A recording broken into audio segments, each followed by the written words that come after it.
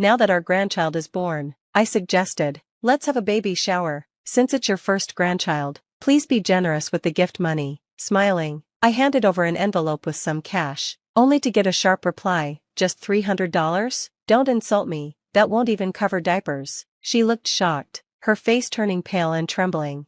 My name is Olivia, a 57-year-old office worker. My husband, John, runs an auto repair shop with our son-in-law, Mason, who is married to our eldest daughter, Ava. They specialize in luxury cars, and business is booming because they get a lot of work from dealerships and charge high fees for repairs and inspections. Mason often tells John cheerfully, "You're great at business. I want to learn from you and work hard, too." Mason and Ava got married 5 years ago. Mason used to work a regular office job but loved cars. He got his mechanic's certification and started working with John. We don't live with them, but since Ava started working as a secretary at the shop, we see them almost every day. The shop is close to our house, so I often drop by, and the four of us spend time together.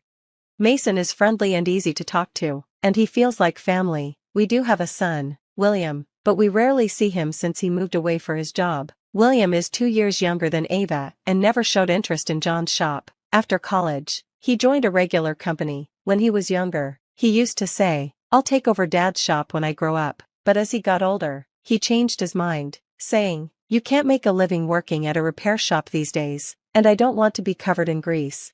John never pressured William to take over, but he did feel a bit sad when William said he wouldn't. John had already hired a few employees and was considering what to do with the shop if there was no one to take it over. He planned to tell the employees in advance if they needed to look for other jobs, but with Mason now in the picture, John felt he could leave the shop to someone capable. Ava was surprised but also relieved when Mason decided to take over. I knew Mason loved cars, but I never thought he'd become my dad's apprentice and take over the shop, she said, since William never planned to take it over. It's fine, right? With the shop doing so well, Ava sometimes wonders if William will ever ask to run it himself.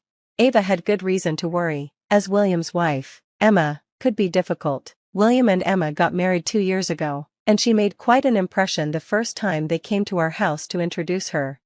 The moment Emma arrived with William, she looked around and said, "This is a very blue-collar home, isn't it? Is this what homes of self-employed people are like?" My husband and I were so shocked that we didn't know what to say. Ava, who was also there, was furious and immediately snapped back. "Who do you think you are to talk like that to your fiancé's parents?" But Emma didn't back down and replied, "I'm just being honest. Stop picking on me before we're even married." I tried to calm them down and move on with the introductions, but it was tense. Then William added, "Just because we're getting married doesn't mean we'll rely on you or live here." It seemed like William wasn't happy about Mason working at the shop and getting along well with us. Ever since Ava and Mason got married, William had been pulling away from us even more. Mason had stayed away that day to avoid any tension, but William made a snide comment, "So Ava's husband isn't here? Good. I'd be embarrassed if he showed up all greasy and dirty like usual." He seemed bothered by the fact that Mason, who isn't a blood relative, was going to take over the shop. Hearing William's remarks, I felt anger rise and shot back, "Are you jealous of Mason? You were the one who said you didn't want to take over your father's shop." As I raised my voice, my calm husband stepped in, saying, "Let's not get angry. Since William's fiancée is here, let's try to get along." Realizing this was supposed to be a happy occasion, I bit back my frustration and stayed quiet. But then Emma added, "I don't care. I have no intention of getting along with any of you. Anyway." Emma spoke to us as though she looked down on us. Both Ava and I, who had started to calm down at my husband's words, felt angry again. We gave Emma stern looks, but she just seemed amused. "You common folk get angry so easily," she said cheerfully. "I'm from an upper-class family, so I've never felt the need to get angry." She kept bragging about her background. From what William told us, Emma's father is the director of a large company. Maybe that's why she calls us common folk. The thought of her becoming our daughter-in-law weighed heavily on us. Even my husband, who usually stayed calm, seemed to think this meeting wasn't going well, so he suggested, "Why don't we wrap this up for today since this was just meant as an introduction?" Emma and William left quickly after that. After they left, Ava was still furious. "Who does that woman think she is? Just because her father is a company director, she thinks she can act better than everyone else." Even my husband, who had been trying to keep the peace, seemed shaken and said, "William has a tough person to marry. I'm worried about what's coming."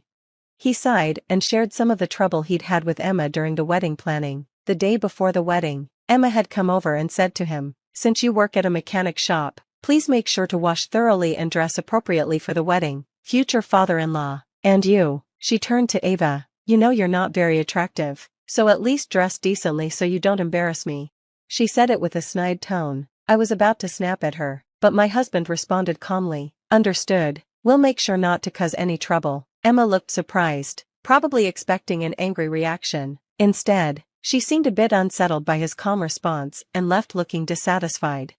At the wedding the next day, Emma came up to our family and said, "It's embarrassing for everyone to know we're related, so please behave yourselves. And by the way, this area smells oily, must be because of you." Emma continued her usual snide remarks. Mason, who was meeting her for the first time, observed with a look of surprise. I'd heard she could be difficult, but she's worse than I expected. Normally, Mason has long, messy hair and a beard, but for the wedding, he had cut his hair and worn a suit, so Emma had no complaints about him. Secretly, I wished he'd come in his usual work clothes, just to see how Emma would react.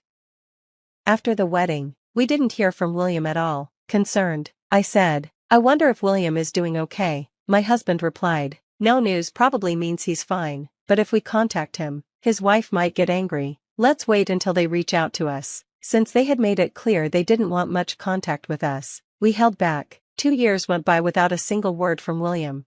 Still, Emma's behavior at the wedding came up in conversations when my husband, Ava, Mason, and I got together for meals. Mason joked, "I don't think Emma even knew who I was at the wedding, no one introduced me, so she probably thought I was just some dirty relative." Laughing, I replied, "If you'd come in your work clothes with your messy hair and beard, she might have kicked you out." We all had a good laugh over that. By this point, Mason had blended into the family completely, and it truly felt like we had a wonderful son, even without William around.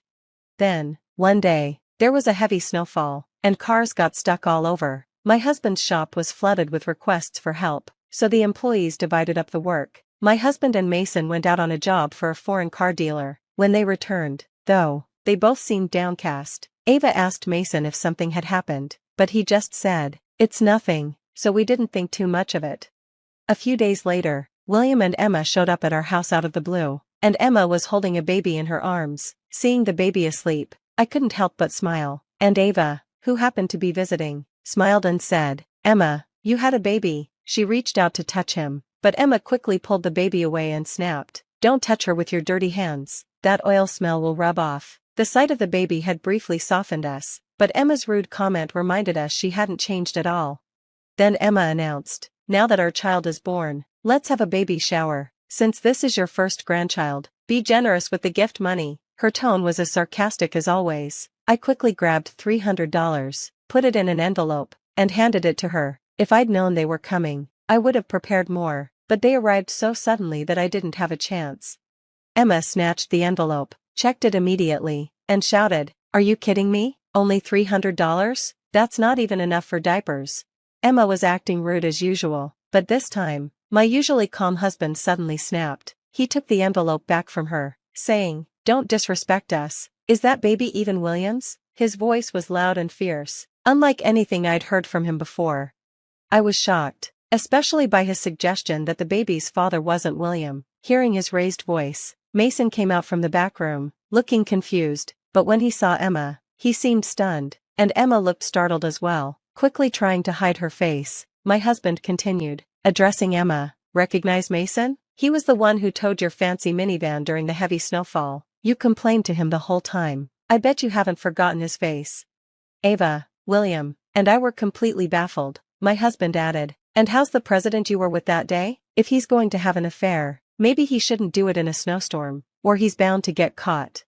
Hearing the word affair, William's face went pale, and Ava and I looked at each other, shocked. Emma tried to deny it, saying, "What are you talking about? The snow, the affair, it doesn't make any sense," but she was clearly flustered, unlike her usual confident self. Then, at my husband's signal, Mason took out his phone and started pulling up some footage. My husband explained to us, during that heavy snowfall, Emma and some company president got stranded in a luxury minivan. Mason and I went to help. I didn't recognize Emma at first because I was wearing a mask, sunglasses, and a helmet, but Mason, with his long hair and beard, must have been memorable even with a mask on. Mason then showed his phone screen to Emma. She gasped and immediately turned her face away. Ava, William, and I looked at the footage. There was Emma, with a man we didn't know, angrily telling Mason to hurry up, saying, "We have a baby in the car, move it, already." Meanwhile, my husband and Mason were putting snow chains on the minivan as Emma and the man whispered to each other.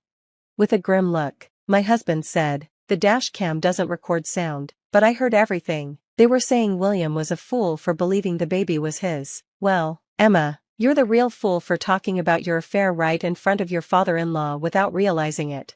William, looking furious, shouted, "Emma, is this true?" Emma stammered, "Of course it's not, it's all lies," but her pale face said otherwise. Mason then added, "Didn't you say something like divorce him at the right time and that you'd get child support? You sounded quite pleased about it."